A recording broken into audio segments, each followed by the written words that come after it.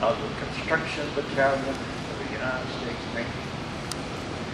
During World War II, the 1st CB Battalion came into existence. I looked this up. Early in 1942, I believe in January. Microphone closer to your mouth.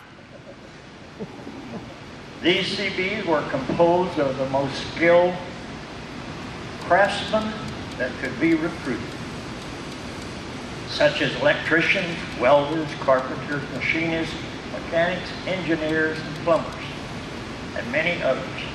They served in some capacity in most every theater of war in World War II. Many of these early CBs were volunteers. This is something many people don't know. They were volunteers. They were older in age and were promoted to enlisted ranks upon the day they entered the naval services.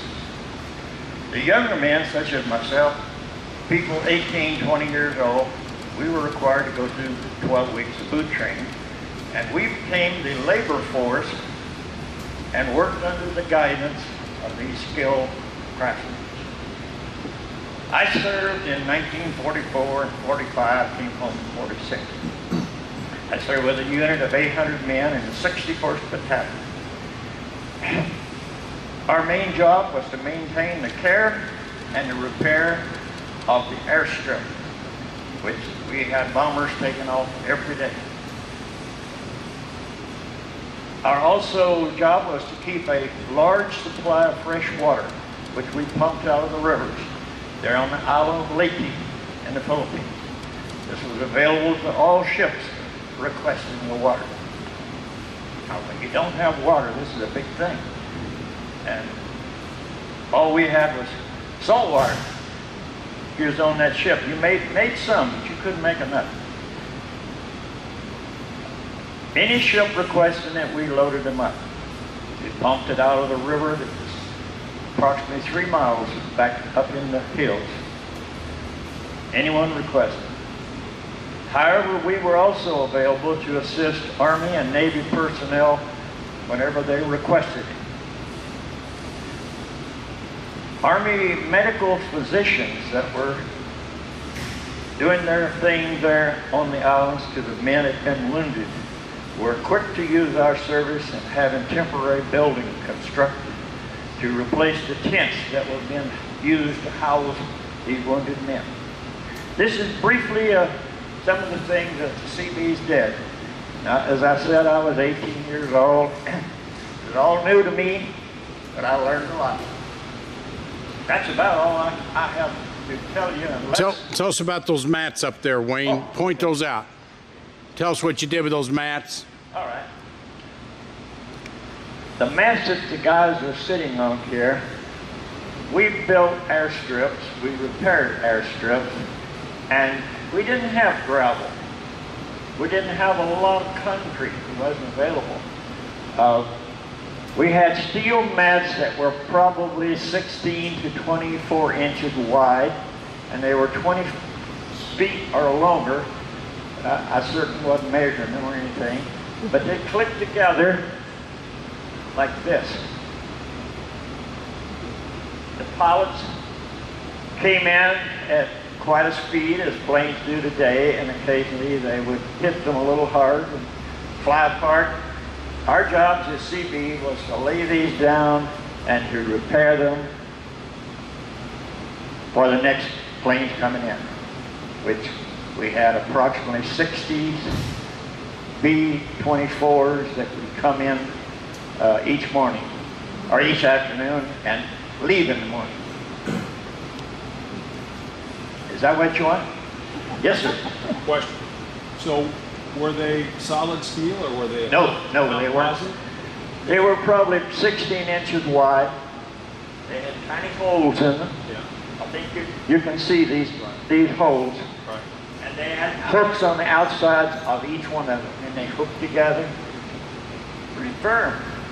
These huge planes were heavy and loaded with bombs, but occasionally they would make a rough landing, rough takeoff, and we always were available to redo them. So they were only steel. They had holes in them, but only steel. Yes. They were shipped there to the island and came in, and we unloaded them and hauled them out to the strips. And it was much easier than try to bring in concrete and make landings. Later on, they made them of other alloys that were lighter. There was some aluminum and some at a later time after the war, but during World War II, they're all steel. Yeah, they were all steel where I was. Now, there's something in the books that says our runway here is 8,000 feet by 150 feet. They said you could make a 8,000-foot runway by 200 feet in 2 days with these mats. That's a shorter period of time. It takes about 5 years for us to make a runway, but you can make a whole runway quickly. They did everything quickly. We were 3 days. We packed up enough sea rations and so forth when we built these buildings for the doctors in another portion of the island. We prepared to go down and stay 3 days. We had pup tents, and we stayed 3 days and built a building. I would say it was 30 feet wide and probably 100 feet long. And the doctors immediately moved in. They were operating on patients, and the patients were in tents. They lived pretty rough. But we helped them out a lot of ways. Can you tell us where you were trained, Wayne, where you were trained, and how long it take you to get over there to Japan or to Philippines? And did you see the Lady Gulf War? That was the biggest Navy battle ever in history, the Battle of Lady Gulf. Did you see that? True. That is true. But I wasn't a part of that. That happened approximately a month and a half before I arrived. Well, let's see. What did you ask first? Just how you got over there, and did you have any training to make these mats? We had lots of training during boot training, but we had the best training that I received was from these sea beams, these old salts that were so much older than we were. When you're 18 and someone else is 35 or 40, it's a different world.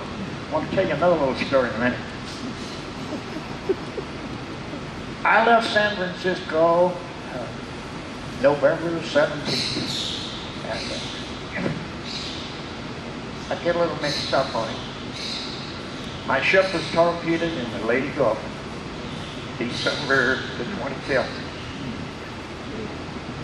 So, how many days is there between November the 17th and December the 25th? That's how long we was on the ship. The ship was beached. It did not go to the bottom. We beached it, and it keeled on inside. We lost a few men. And later the sea beams went underwater, which was new to a guy 18 years old. I never even watched anyone weld. They went under the water and welded plates where this torpedo had hit and raised that ship and salvaged everything that we brought over with us. And I'd hate to try to describe what we brought. Bulldozers, trucks, jeeps, lumber, everything that you could imagine. But training, that sort of thing, we learned it under the older guys. One I was going to tell you about, there was a man that bumped very close to where I did. He was 54 years old. Now imagine this in sea beams. See, we commonly think today, you're too old, you can't get in. Back then, if you knew your job and knew it the way they did, they were glad to have you. I asked him one day, I said, why are you here? He was as white-headed as I was. And he said, I have two sons. They're both in the U.S. Navy. My wife passed away. And he said, I'm a good barber. So that's what he did. He cut hair. But imagine, 54 years old in the war. He charged us 20 cents every haircut. He donated all the money to the Red Cross. just one little thing. We had many, many experiences similar to this. But these elder men that were these craftsmen, you never heard any young guys like me or anyone else ever giving them any trouble at all because they were so much smarter than we were, knew so much more. And the average, I would say, was probably 25, 35 years old. But get up to elder. Anything else? Just one more thing about the mats. So did you bring them with that ship? No, those mats were not bought on our ship. I'm not sure that they knew exactly what we would be doing when they loaded that ship. I don't know. Your 18-year-old seaman don't have much to do with that. These mats were there, and a great many of them were already laid down when we got there. But you see these planes that would take off with these huge bombs every morning to fly up to a place called Formosa. Does that ring a bell with any of you old guys? What do they call it today? Taiwan. But they bombed that place day after day after day. And whenever we could get a pilot to talk to us, tell us about their experience, they'd come back, be all shot up, holes in them and so forth.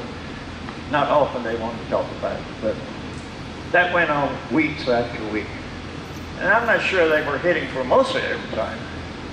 The time that I asked one of the pilots where he'd been, maybe it was one of the navigators or bombardiers. Anyway, he said, we've been to Formosa. So I probably thought he was going there every day.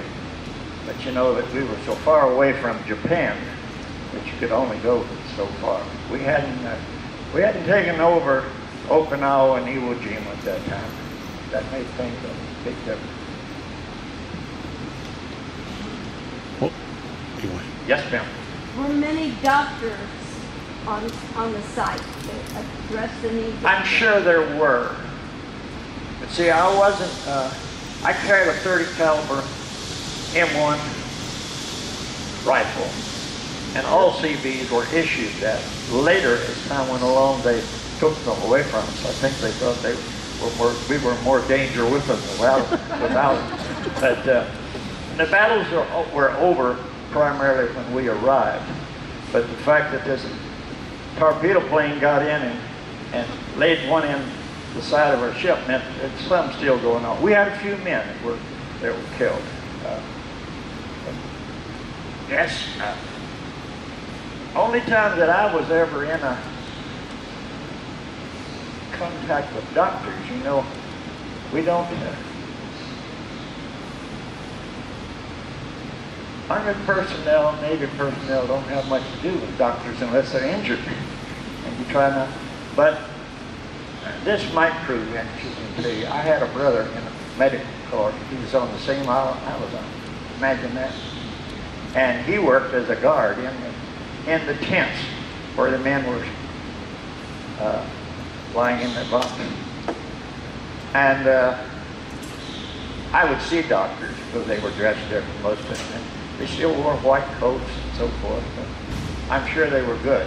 The only time I went there, I had a bad tooth that gave me trouble, and I was 20 miles away in a town called Tacloban up on the beach. He was back in the jungle area, 20 miles, and he managed to get a dentist to take that tooth out. I remember that episode, but I was never injured. Anything else?